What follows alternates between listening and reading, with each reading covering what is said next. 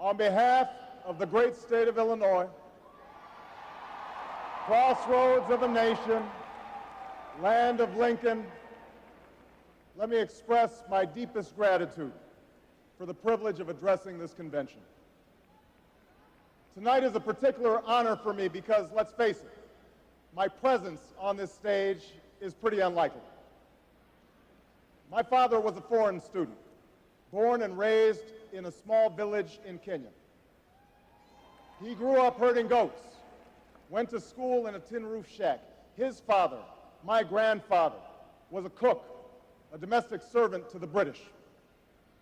But my grandfather had larger dreams for his son. Through hard work and perseverance, my father got a scholarship to study in a magical place, America, that shone as a beacon of freedom and opportunity to so many who had come before. While studying here, my father met my mother. She was born in a town on the other side of the world, in Kansas.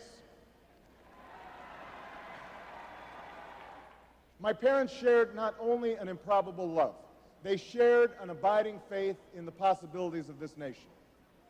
They would give me an African name, Barak, or Blessed, believing that in a tolerant America, your name is no barrier to success. They imagined me going to the best schools in the land, even though they weren't rich, because in a generous America, you don't have to be rich to achieve your potential. They're both passed away now. And yet I know that on this night, they look down on me with great pride. They stand here, and I stand here today, grateful for the diversity of my heritage, aware that my parents' dreams live on in my two precious daughters. I stand here knowing that my story is part of the larger American story, that I owe a debt to all of those who came before me, and that in no other country on earth is my story even possible.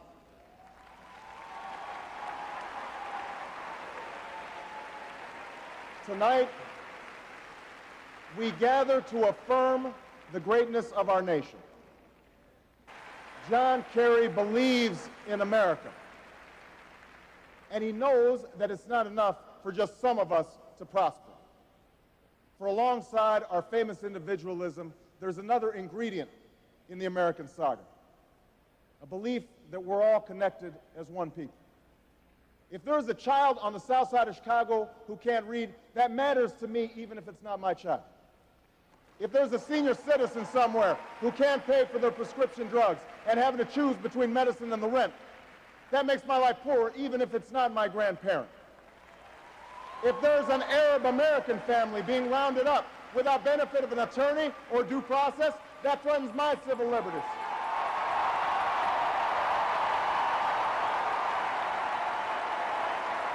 It is that fundamental belief. It is that fundamental belief, I am my brother's keeper, I am my sister's keeper, that makes this country work. It's what allows us to pursue our individual dreams and yet still come together as one American family. E pluribus unum, out of many, one. Now, even as we speak, there are those who are preparing to divide us. The spin masters, the negative ad peddlers, who embrace the politics of anything goes. Well, I say to them tonight, there is not a liberal America and a conservative America. There is the United States of America. There is not a black America and a white America and Latino America and Asian America. There's the United States of America.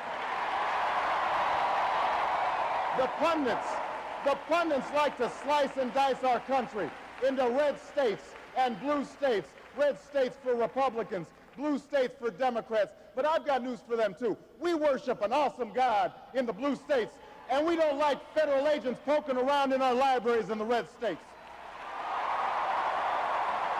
America, tonight, if you feel the same energy that I do, if you feel the same urgency that I do, if you feel the same passion that I do, if you feel the same hopefulness that I do, if we do what we must do, then I have no doubt that all across the country, from Florida to Oregon, from Washington to Maine, the people will rise up in November, and John Kerry will be sworn in as president, and John Edwards will be sworn in as vice president, and this country will reclaim its promise, and out of this long political darkness, a brighter day will come. Thank you very much, everybody. God bless you.